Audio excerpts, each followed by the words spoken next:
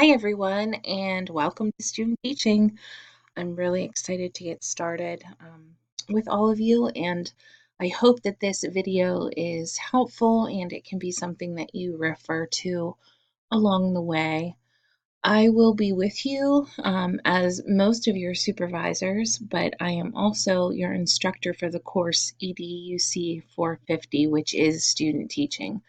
So I'm going to walk you through Canvas a little bit, talk about the expectations and some of the forms that we need to complete during student teaching.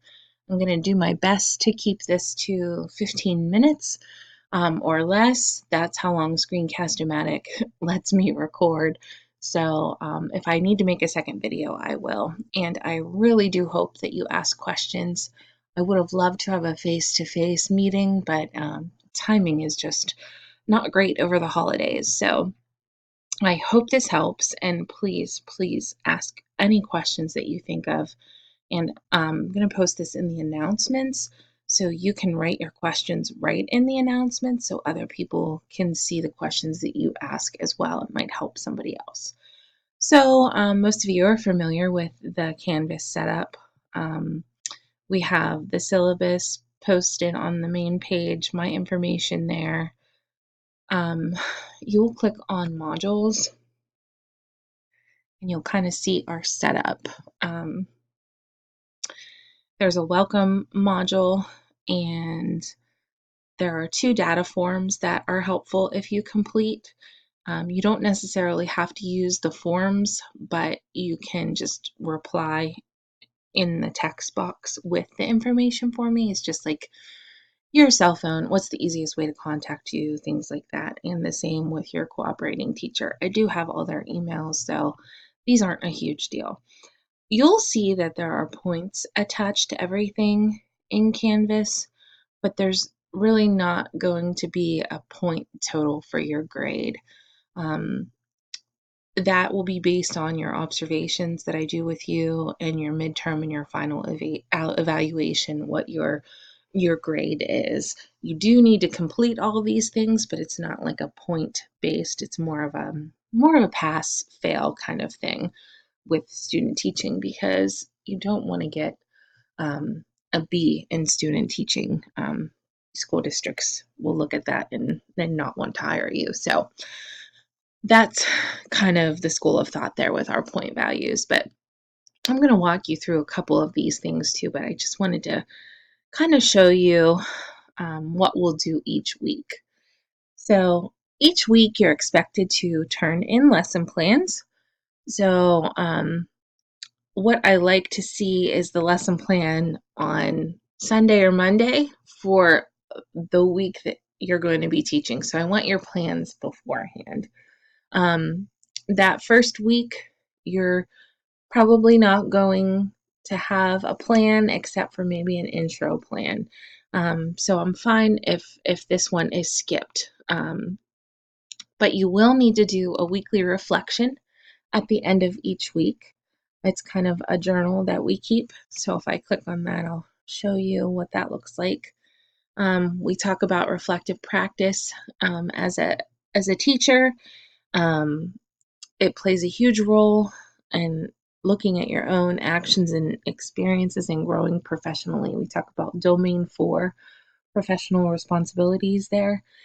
So your reflection should be about a page in length, and you don't need to run down Monday we did this, Tuesday we did this. I'm not looking for that. I'm looking for a more generalized reflection. What did you learn this week? What was challenging to you this week? Maybe there were some behaviors or something that you witnessed, or maybe you got to sit in on an IEP meeting. So those sorts of things you should put into your reflection. Go back here. And then the next important thing to complete each week is your time log.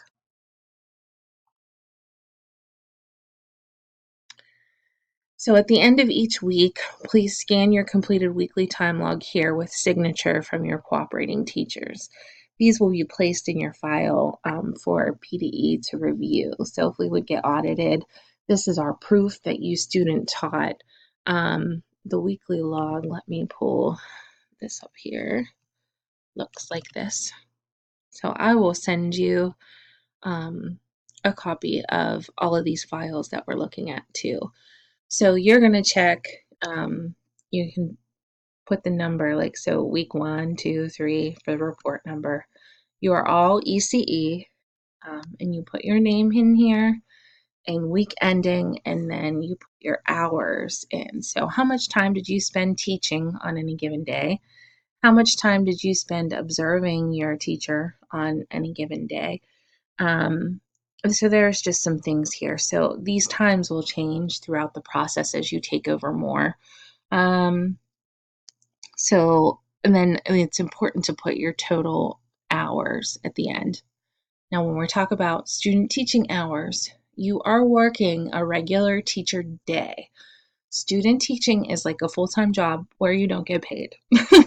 So sorry to say, but that's basically the rule here. You should be arriving when your teacher arrives, and you should be leaving when your teacher leaves. A typical teacher day is 7.5 to 8 hours. You guys usually get a half-hour duty-free lunch that you'll share either in the teacher's lounge or wherever your teacher eats lunch. Some teachers eat lunch in their classrooms. So that is the expectation, Monday through Friday. We are in the winter months, so we will have some snow days. You do not need to make up snow days at the end. And you will need to pay attention to the news and things like that with 2-hour delays and snow days. I would also like to be notified when you are not there. I need to know if you're going to miss a day for whatever reason. I will also need to know if there's a snow day or something. So send me a text. And when we meet face to face, we'll talk more about that too. So those hours should be, you should be at least at 32 hours or more a week, at least. So it's a full work week. Your cooperating teacher will sign these, and we'll date them, and then you'll give them to me. Now, I ultimately print them off of Canvas. So if you don't want to upload them to Canvas, you can hand them to me when I see you, when I come out to observe you. Sometimes that's easier for both of us. So that's totally up to you. If you want to upload them to Canvas or just hand them to me in person. So that's the time log. Let's see what else we have here. So I have the weeks labeled, week 1, week 2, and then the lesson plans, reflections, and time logs also labeled. So those are the things that need to be turned in each week. We have 15 weeks of student teaching. And then we'll talk more about this towards the end. This is how we apply for certification after we take our PEC exams and after we complete student teaching. So all of your weeks are set up. They're all open now. So if you get lesson planning done early and you want to submit things early, that's fine. I do need to have, when I come observe, I want to see the lesson plan beforehand. So whether you have it printed out for me or whether I can see it in Canvas, I do attach that to my observation form. So let's go back and look at some of these important forms here. Well, we're going to do this. This was an agenda that we worked on in the fall. So I will send you, if I didn't already, and it's also in Canvas, your student teaching handbook. It's huge. Do not print it. There's no need to print it. I will make sure you have everything that you need. It's something good to reference and to look over. Most of you have already met your cooperating teachers and you've had a visit. Remember to dress professionally. I know schools do have dress down days, so if you are approved by your mentor teacher and the principal in the building to have a dress down day, you may certainly do that. Um, it's usually like a nice polo with jeans. Sometimes you can buy a school shirt. That's up to you if you choose to do the dress down days. They're usually on Fridays. But it's also really important to dress professionally. Look at what your teacher wears and follow the lead. You're working with little ones, so make sure that you're dressed professionally. Those first impressions matter. If you haven't met with your teacher yet, you might want to talk about the textbooks that they use, any instructional materials that they would like you to review.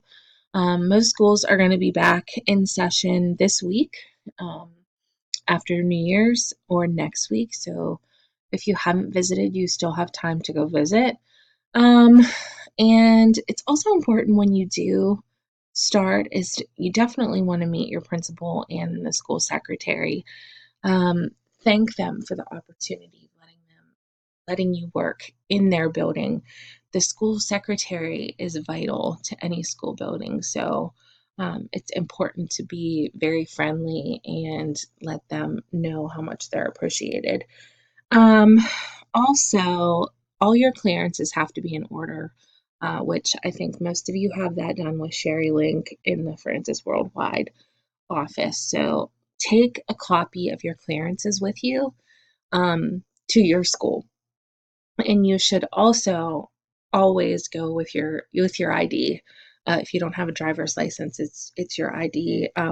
If not, like once the school knows you, you might not have to use their ID login.